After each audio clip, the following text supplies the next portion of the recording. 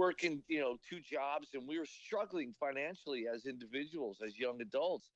But there was this exuberance that was going on whenever we got together, and then we started just putting the pieces of the band together to surround us with people who had the same sort of ambition and work ethic, and but we had a goal set in mind. And but the biggest thing is you want to connect with people. You want people to hopefully get what it is that you're emoting.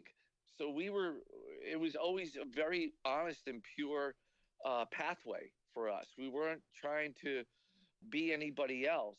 We just wanted to express ourselves because it was the only way that we knew how. Yeah, Snake was the first guy I ever wrote with.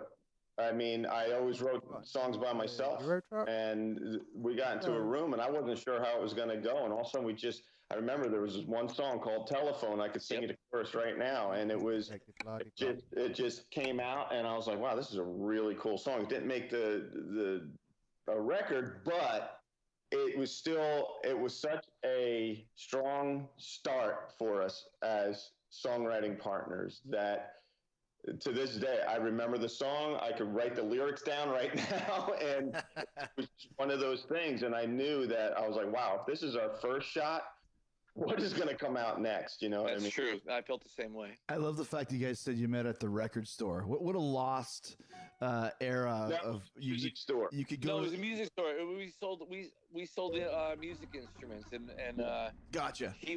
Rachel would come in.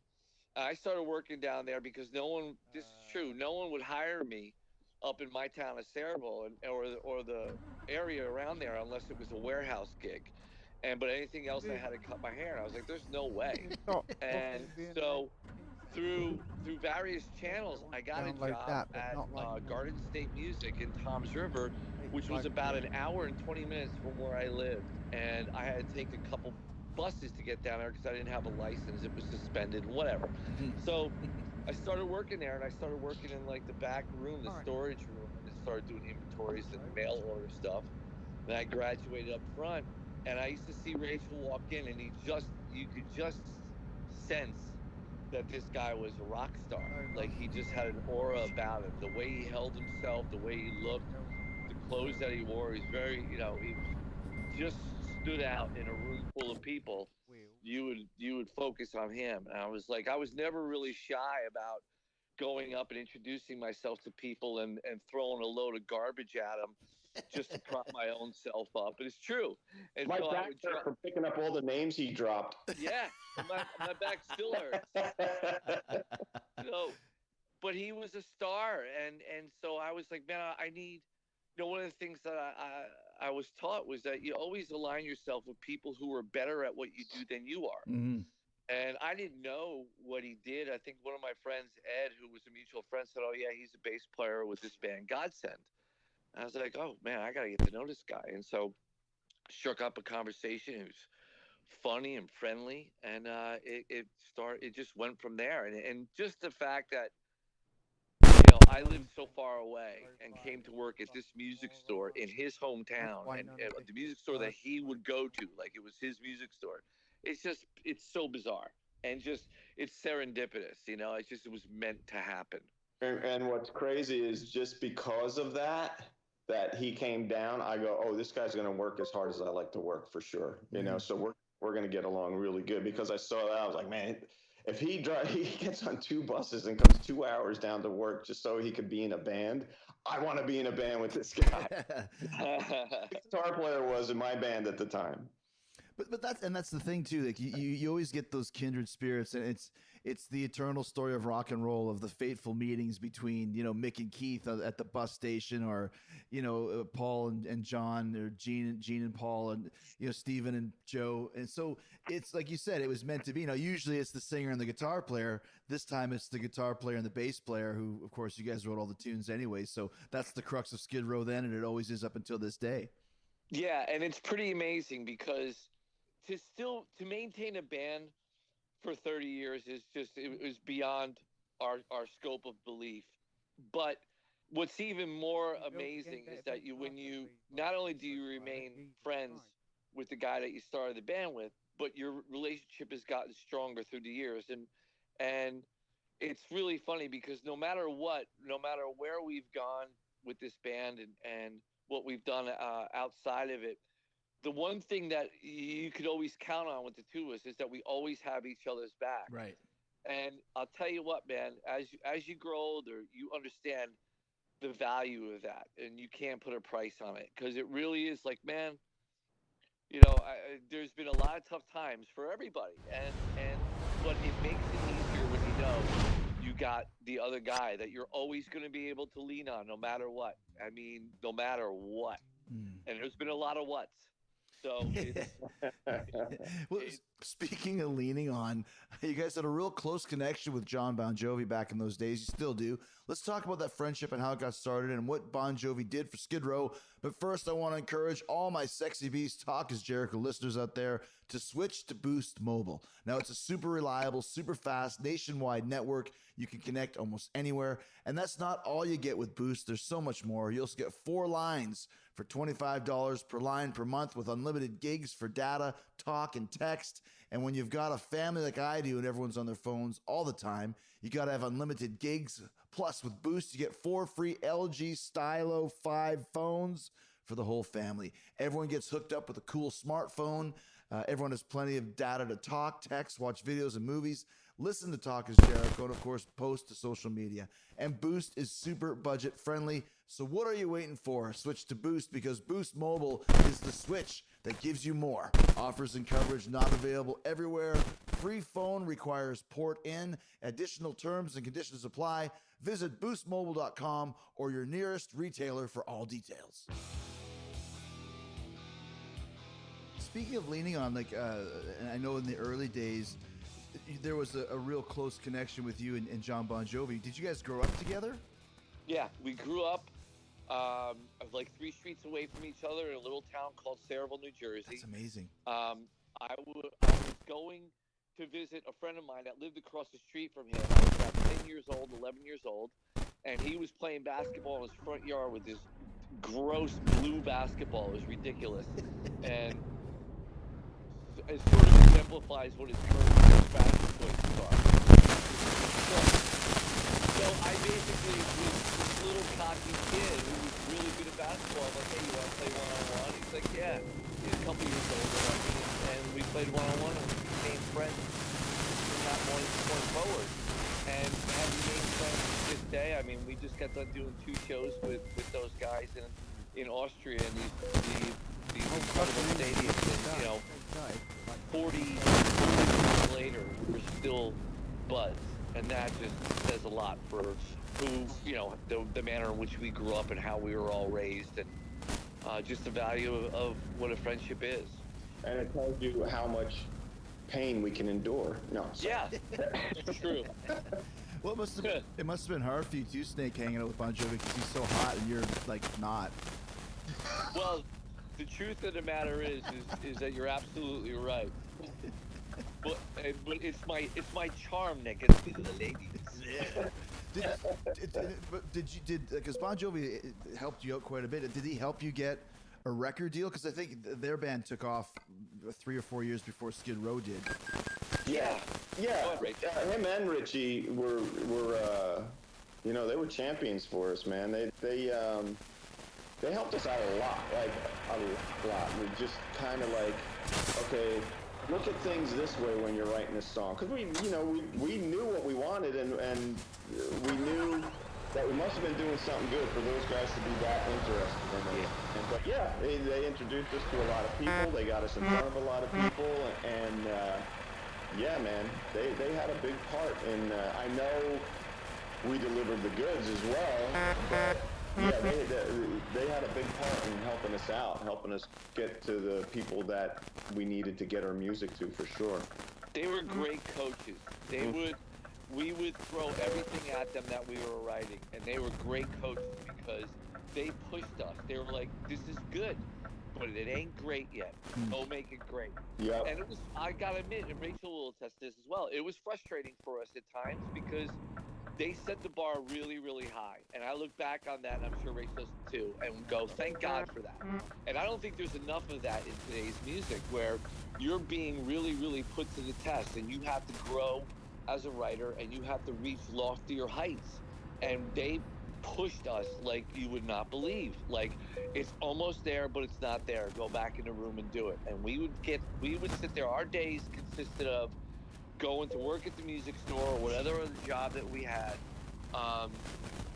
going back to Rachel's parents' house and getting in the green room, which is what we called it because it had green paneling in it, and green paneling, green carpet, everything was green. Working until all hours of the night, and then oftentimes 5, 6 in the morning, and then getting up at 8:30 to go into the work again, and then bringing the songs to John and Richie, and them going, okay, there you go.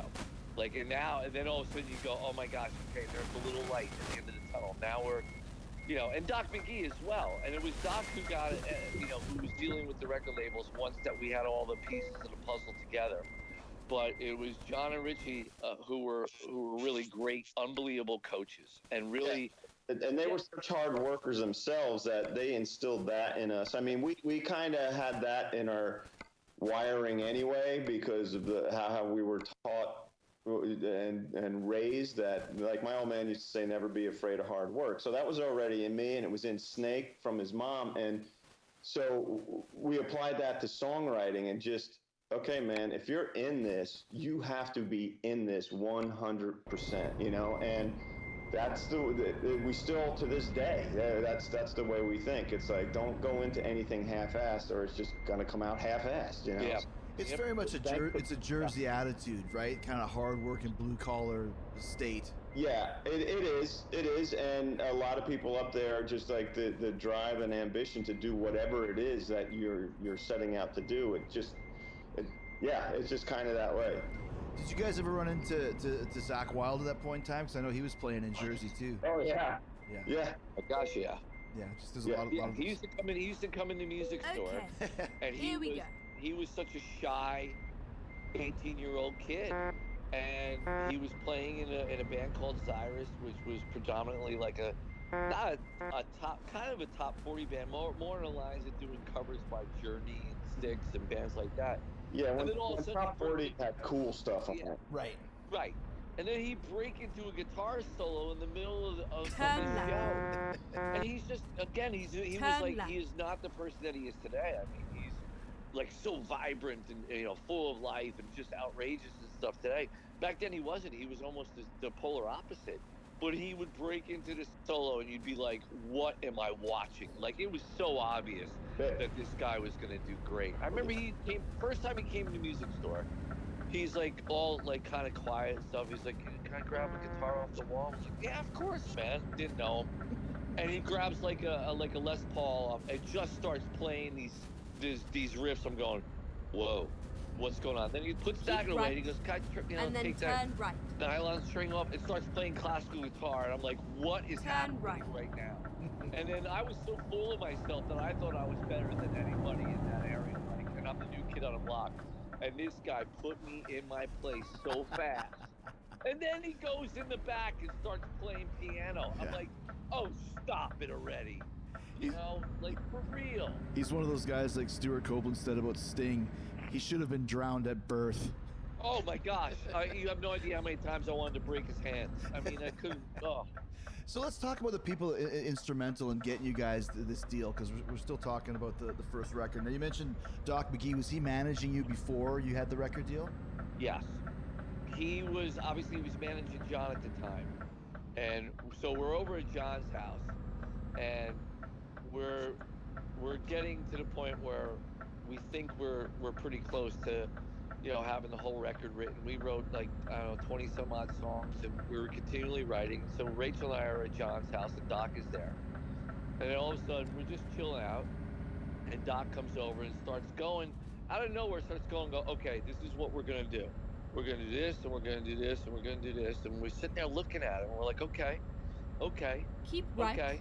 And then he goes, okay, cool. Right. And walks away, and Rachel and I look at each other and go, is he managing us now? Right. It was never like a definite, okay, I'll manage you guys. It was, all right. And we're driving home back to my parents' house, and we're like, Is Doc McGee our manager? Are we with McGee Entertainment? What is going on here? There was never anything said. It was the weirdest situation ever.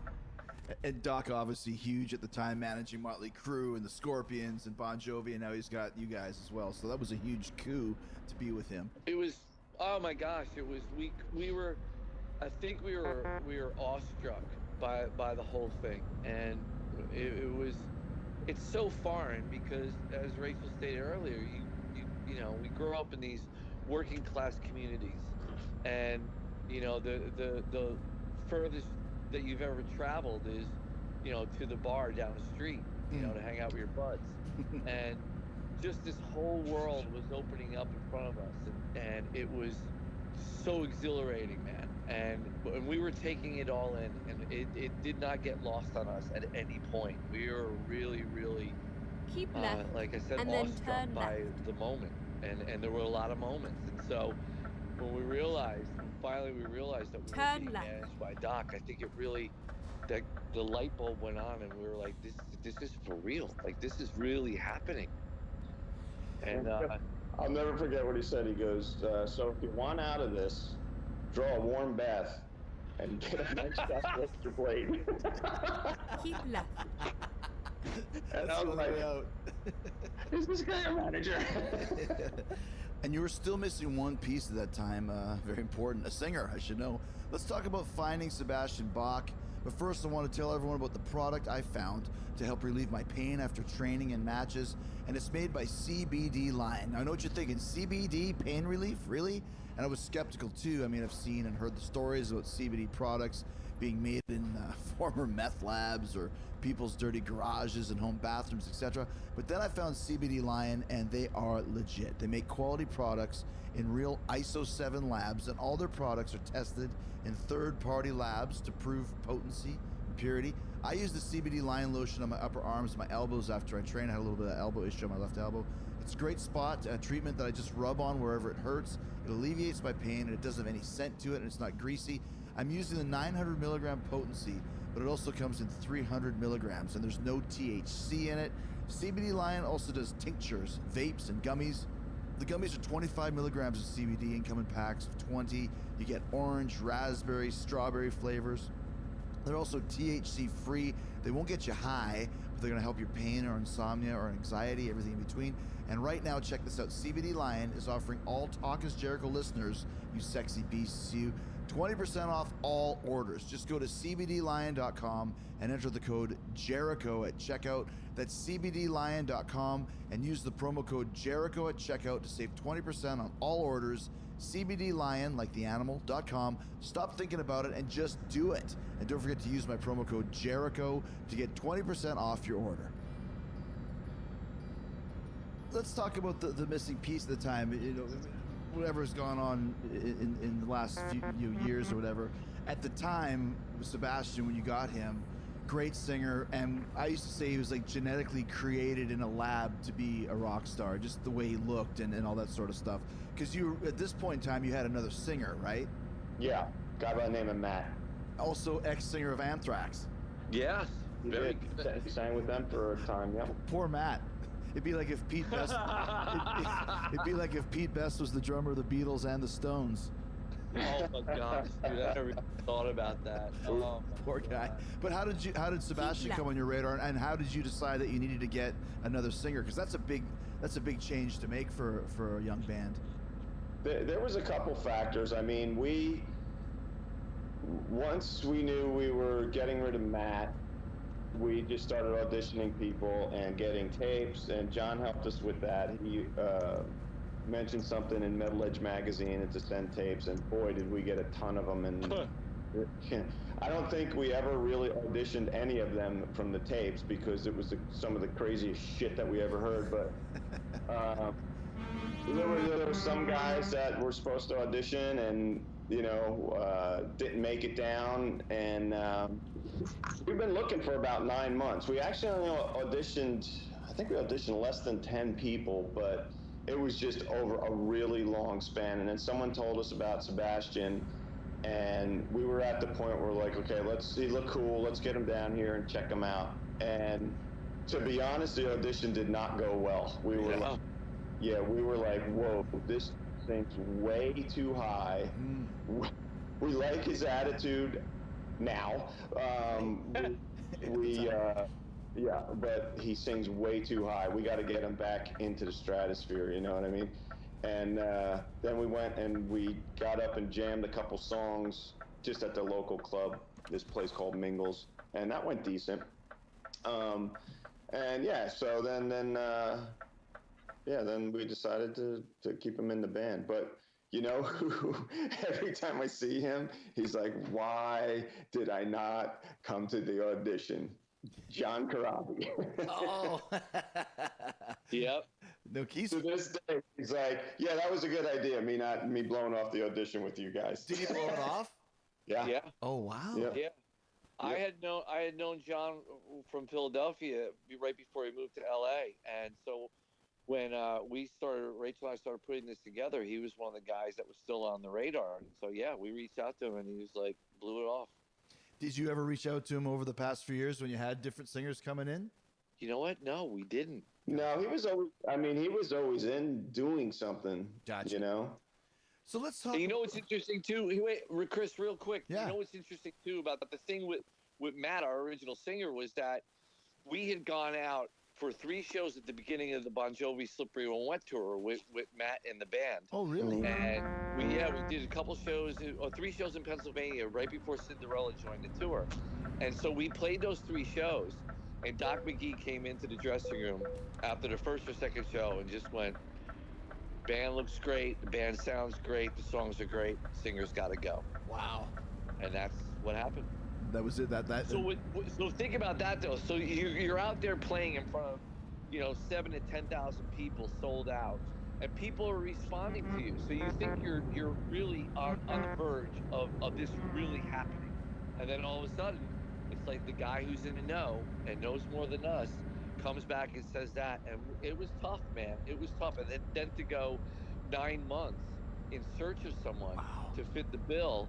And I mean, there was a point, Rach, you remember this, we were going to just go out and start playing as a 4-piece of a punk band and call it This Blows. because it did. It sucked. It was so frustrating. Rachel was going to sing, we were going to do like Ramones and Pistols and Dead Boys and stuff like that. But people don't realize it's so hard to find the right singer. I mean, especially when you're told to find a new one, the guys that don't grow on trees, because once again, it's not just the vocal, it's the look, it's the attitude, it's the phrasing, it's the frontman skills, which are so hard as well. So it's not an easy task. No, it certainly is not. But you know what? At that particular time, we all figured it out. Thank God. Let's talk a little bit about Jason Flom, because I think he falls through the cracks, especially this day and age when Jason was an A&R guy, which basically means he finds and signs bands, and he had such a track record. I'm just Googled him here from Tori Amos, Twisted Sister, White Lion, Stone Temple Pilots, Jewel, Hootie and the Blowfish, Collective Soul. He kind of, he's the one who signed you guys to Atlantic? Yes. Him and our good friend Dorothy Carvello. She was instrumental, as was Jason, to convince Ahmet and Tunj and Doug and all those guys that we were suited for that label. And thank God we went with Atlantic, because we were signed to Geffen. Yep. But the ink wasn't to paper yet, and then in the 11th hour, Jason came in with the offer from Atlantic, and we were bummed, believe it or not, when they came in and when Doc told us, okay, we're signing with Geffen. We were like, we did a showcase for them, and the producers that they brought in and the A&R guy scrapped all of our songs except for 2, and we played 30 songs for them. Wow. Dude. I should say all the songs that are on the first record. Yeah. 18 Life, Youth Gone Wild, I Remember You, all the songs. They wanted them strapped? Yep. And then they wanted these really poppy metal songs that we had written that Snake and I didn't even want to play, but our day-to-day guy, our manager at the time, said play everything. And we were like, we want to play these songs for the rest of our lives, you know? Right. Yep. And so they came in and scrapped most of what's on the first record, and then loved all the poppier ones that we didn't like. And so right then it dawned on us. It's like, okay, Geffen wants a poppier metal band, like in the vein of Bon Jovi. Atlantic wants a dirtier metal band in the vein of Guns N' Roses, each of which neither one. So when Atlantic came in, it was like, oh, thank God. You know what I mean? Because they had been courting us for a while. Jason put in a lot of time. Dorothy put in a ton of time and went to bat for us at the office. And it was the right place to be. Just all things considered, making the band happy, and as hard as those two worked at getting us there, it was just the right place to be. We they were both labels were coming to our shows in New Jersey and New York, and we were rehearsing at Rachel's parents' house in the garage. And we get the phone call from Doc, and like Rachel said, he said Geffen, and we all looked at each other like, oh no, man, this is a bad move. And so he realized, like, we had so many reasons why, as Rachel stated. Keep right. Plus they were an LA and label. Then turn right. You know, it's so funny because the A&R person said to us, well, where do you guys rehearse? And we were like, Tom's River, New Jersey. He's like, well, you'll never see me down there. We're like, yeah, way to really be into what we're doing, man. And Dorothy and Jason were the polar opposites to that, and they were everywhere. Even when they found out that we were going to be signing with Geffen, they still showed up at the show. And that's when we were like, it happened like a week later or 2 weeks later after we were told about Geffen that Doc called us back and said, okay, we're going to do it with Atlantic. That was at Studio One, right? Yeah. Yeah, and it was one of our worst shows ever. And here we have the two labels that are wanting to sign us, and we were horrible. And we got off stage, and everyone's in the dressing room just looking at the floor, not wanting to make eye contact with us. We're like, oh my God, we just blew everything, you know what I mean? But and then turn left. A bad show for you was a good show for them because they'd never seen you before. Possibly.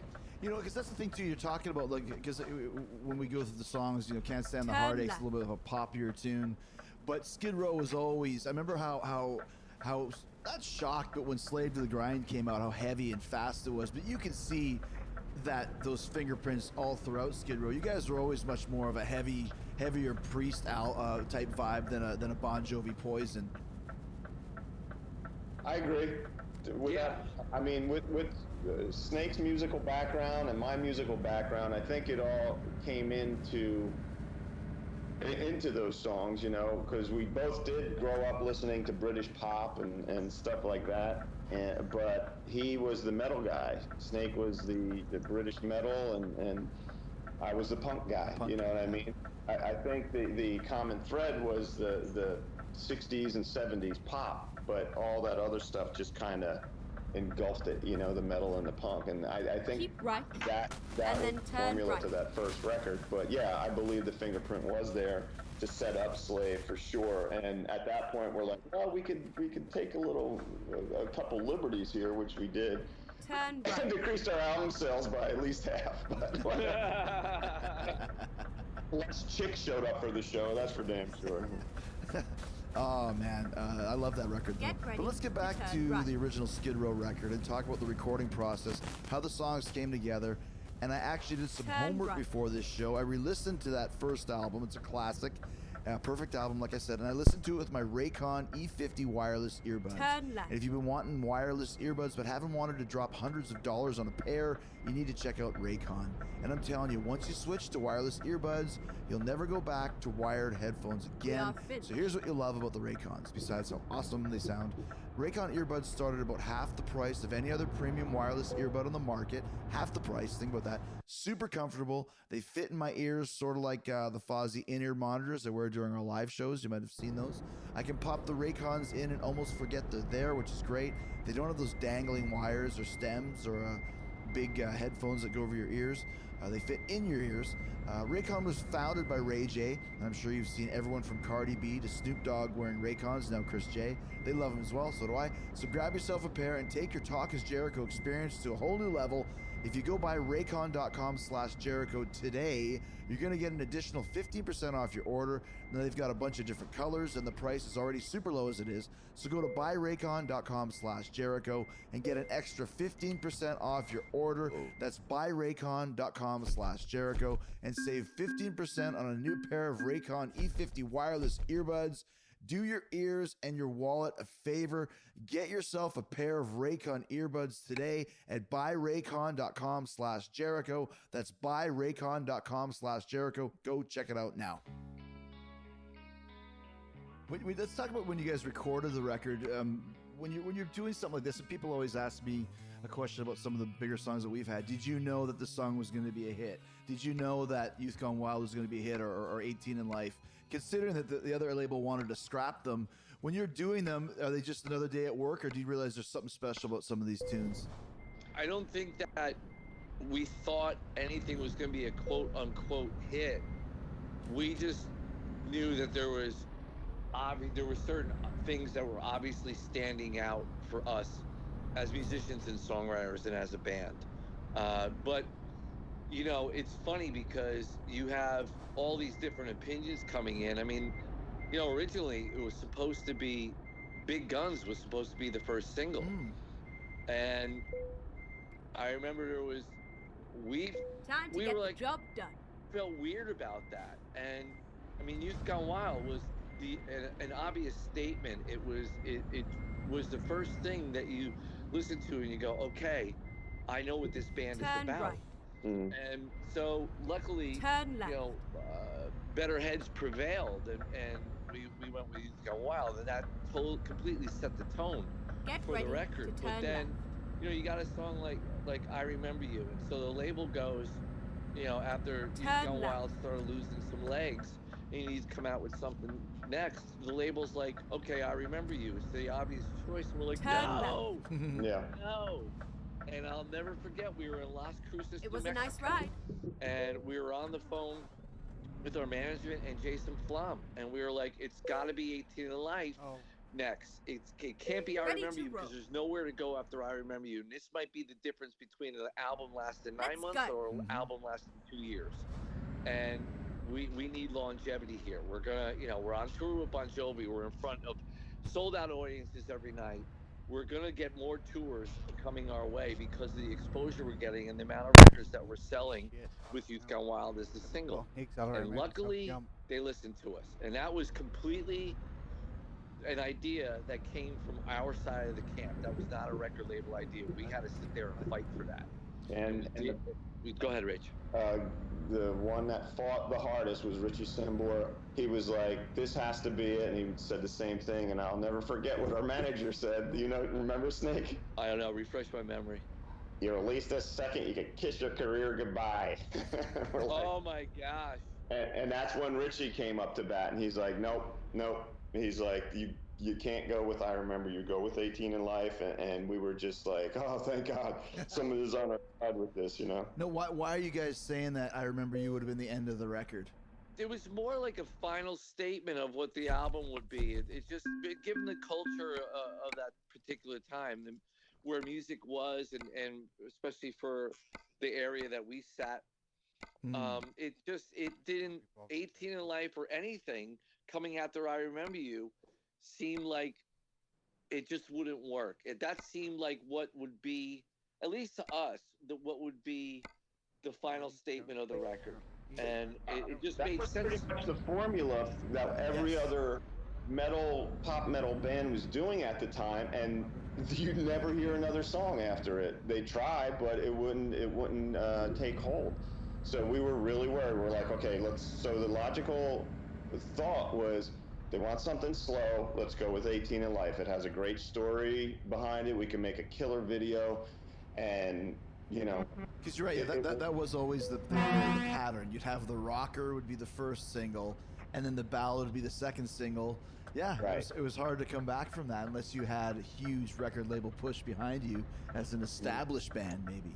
Yeah, and it worked. It worked, and you know, made us think we were smart and knew what we were doing. Hey, let me use a line from one of your videos. If you think, you stink.